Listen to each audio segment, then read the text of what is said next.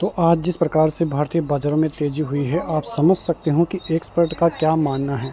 Expert का भी वही मानना है जो हम पिछले कई दिनों से बातें कर रहे हैं। एक्सपर्ट का मानना है कि जिस प्रकार से यूएस में बेरोज़गारी दावों के आंकड़ों में अनुमान से कम आए हैं और वो आए हैं फेड की ब्याज दरें कट होने के बाद में, तो ये आंकड़े आना फिर से एक मजबूत संकेत अमेरिकी बाज़ारों के लिए देते हुए दे रहे हैं। आपने देखा होगा कि जब उनकी स्पीच थी जेरोम पावेल की, तो उन्होंने साफ कहा था कि ऐसा मत समझना कि अमेरिकी बाज़ारों में मंदी के संकेत हैं। ये केवल बेरोज़गारी आंकड़ों को ठीक ठाक करने के लिए 0.5% की दर से ब्याज दरें घटाई जा रही है। और उसके बाद जो मार्केट में जिस प्रकार से आंकड़े आए हैं, उसी की वजह से ही कल S&P 500 लगातार 36वीं बार ऑल टाइम हाई लगाता हुआ नजर आया है 2024 के महीने में।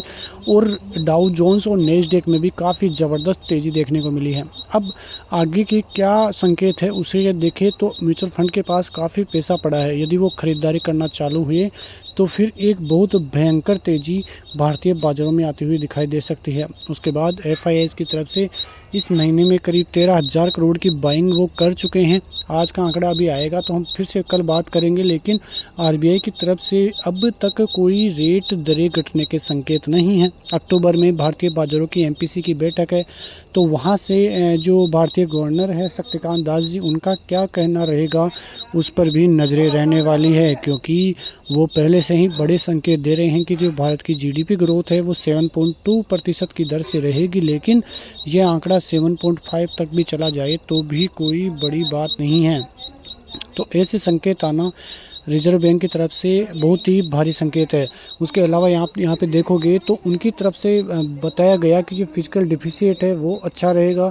उसके अलावा जो डिपॉजिट ग्रोथ है उसमें कमी की वजह से बैंकों में थोड़े संकेत बिगड़ सकते हैं, लेकिन फ़िलहाल इस महीने में उनकी तरफ से संकेत अच्छे आए हैं, तो वहाँ से भी कोई दिक्कतें नहीं हैं। उसके अलावा जो इन्फ्लेशन के आंकड़े हैं 4% से नीचे हैं, तो उन्होंने पहले जब बोला था तो कहा था कि यदि 2 से 3 क्वार्टर ऐसे ही 4% के नीचे इन्फ्लेशन की दर रहती है तो फिर ब्याज दरों में कटौती का वो सोचते हुए दिखाई देंगे। अब जल्द ही वो ब्याज दरों की कटौती के संकेत इस बैठक में आते हुए दिखाई दे सकते हैं। उनकी जो स्पीच रहेगी वो काफ़ी अहम रहेगी। वो जो फ्यूचर ग्रोथ है भारत के बाज़ारों की, उस पर भी चर्चा करते हुए नजर आएंगे। तो इस प्रकार से देखें तो ओवरऑल भारतीय बाज़ारों की पोजीशन काफ़ी अच्छी है।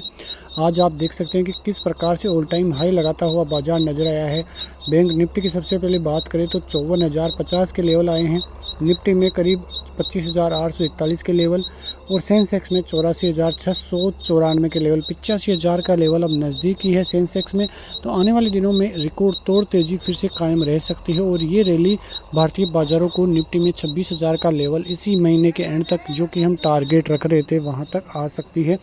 उसके अलावा बैंक निफ्टी में भी 2,000 पॉइंट की रैली और आगे देखने को मिल सकती है। तो आने वाले दिनों में भारतीय बाज़ारों से बहुत ज़बरदस्त संकेत मिलते हुए दिखाई दे रहे हैं, और ऐसे ही रहा तो भारतीय बाज़ारों में जो हमारे 27,000 के टारगेट है वो भी अब दूर नहीं है। तो इसीलिए मैं कहता हूँ कि भारतीय बाज़ारों की ग्रोथ स्टोरी काफ़ी शानदार है। उस ग्रोथ स्टोरी पर टिके रहिए। आने वाले दिनों में बहुत ज़बरदस्त रैली भारतीय बाज़ारों में देखने को मिलेगी, और ऐसी ही रैली के लिए हमारे चैनल को ज़रूर फॉलो कीजिए, क्योंकि ऐसी न्यूज़ें आपको कहीं नहीं मिलेगी। आप यहाँ पे देख सकते हैं कि जिस प्रकार से आज निफ्टी दौड़ा है, तो जिस प्रकार से दोपहर में एक गिरावट आई थी, वहाँ पे बहुत बड़ी तरीके से ऑपरेटर को ट्रैप किया गया था। उसके बाद जो रिवर्सल आया मार्केट में, काफ़ी अच्छा रिवर्सल था। तो वो रिवर्सल के संकेत भारतीय बाज़ारों को एक नई मजबूती प्रदान करके गए हैं, और जो क्लोजिंग हुई है काफ़ी शानदार क्लोजिंग हुई है, और क्लोजिंग से पता लगता है कि भारतीय बाज़ारों की किस प्रकार से स्ट्रेंथ है। तो ऐसी खबरों के साथ मिलते हैं नेक्स्ट वीडियो में। तब तक के लिए नमस्कार, जय हिंद, जय भारत, वंदे मातरम।